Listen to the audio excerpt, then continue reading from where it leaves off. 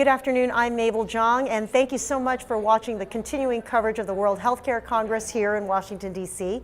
And in the studio I have with me now Judy Murphy, who is Chief Nursing Officer and Director, Global Business Services at IBM. Hi there, Judy. How are you? Hi, Mabel.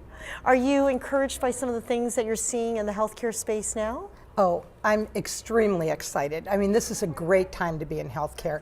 Things are finally starting to change. I think a lot of the issues that we've seen in our lifetime are starting to get resolved. And what are some of the issues you think are worth pointing out? Mostly the way we deliver and pay for care. You know, so kind of going back, the patient was in a dependent position. Now they're in a partnership position. So I think that's changed a lot of the dynamics of what happens in healthcare, and how patients see themselves and how they engage in their own care. And then secondarily, of course, the payment, the way, you know, the escalating costs. And we're finally starting to look at, I think, some interesting ways of making sure we can curb those payments. Well, now being a part of IBM, which is a multinational global corporation, huge with tens of thousands of employees, what is the corporate view of healthcare on the ground there? Certainly the corporate view is the same as what I just said. It needs to change, right? So we need some innovation, we need some disruption to really create that change. One of the things that brought me to IBM, and I've really only been with IBM 6 months, is the idea that when we think about changing something like healthcare, we need the bigger companies, and we need the people that have the resources to really be part of that change. So I got really excited about some of the wraparound, I'll call it, services that IBM provides when we think about healthcare, related to things like mobility and related to things like the analytics and the infrastructure components. Okay, what are some of the things that you've seen at IBM that could be replicated at other organizations, things that really work? Yeah, so the two things I mentioned already would be the ones I'd refocus on, and that is, we're not going to create an electronic health record at IBM, right? There's plenty of those in the marketplace already. But what we can do is start looking at that white space in between the different systems that folks are already using. And so one of the things we see as we look at healthcare and the way it's being delivered is amalgamating or pulling together some of the disparate systems so that the practitioners, like the nurses, can actually be effective and efficient in their care delivery. So augmenting, if you will, the workflow.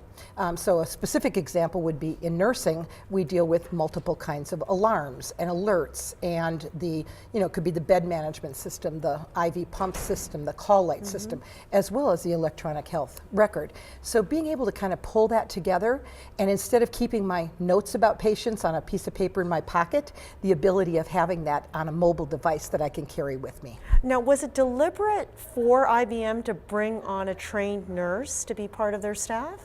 Absolutely.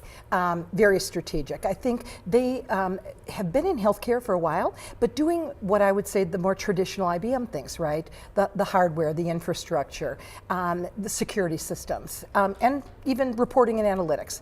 But the idea of getting back into this front end of care delivery and actually being able to take the power of analytics and the power of computing and mobility and put it in the hands of the practitioner. And so, yeah, I'm one of the experienced people that they brought on to do that. Is there a physician on board too? Oh, they have quite a number of physicians as well. In all different aspects throughout IBM, but certainly helping with this front-end care delivery redesign. Yes. What is the panel that you hosted today? Yeah, the panel was about accountable care, which is extremely exciting when we talk about disruptive innovation. And we start to think about that changing dynamic again, about how we deliver care and how we pay for care. And what was the overriding message that you left with attendees, and what did you hear that was worth keeping with you? So we had 3 CEOs engaged in the panel, all in different aspects and in different mechanisms for doing accountable care organizations. But some of the consistent themes were, you got to jump in. The analogy that was used was a boat tied up to a dock. You know, the dock is traditional and the boat is the new stuff. Well, you know, the boat starts leaving and you just got to jump in the boat. Meaning you got to go all in, you really got to try to figure this out. Go for it, yeah. And it is, again, disruptive. And yet it is very innovative. And you can use the what you know about the way healthcare is delivered, to change it enough that your incentives change for the providers as well. And what is the message you want to leave with folks? I think the biggest message that I have is we have to change. Yeah. And there's going to be some pain in that, but there's going to be a lot of excitement in that as well. And so let's go all in. Let's do it. All right, go for it. All right, Judy, thank you so much for your time today. I really thank you. appreciate the time. Thank you. And I'm Mabel Jong. Thanks for watching.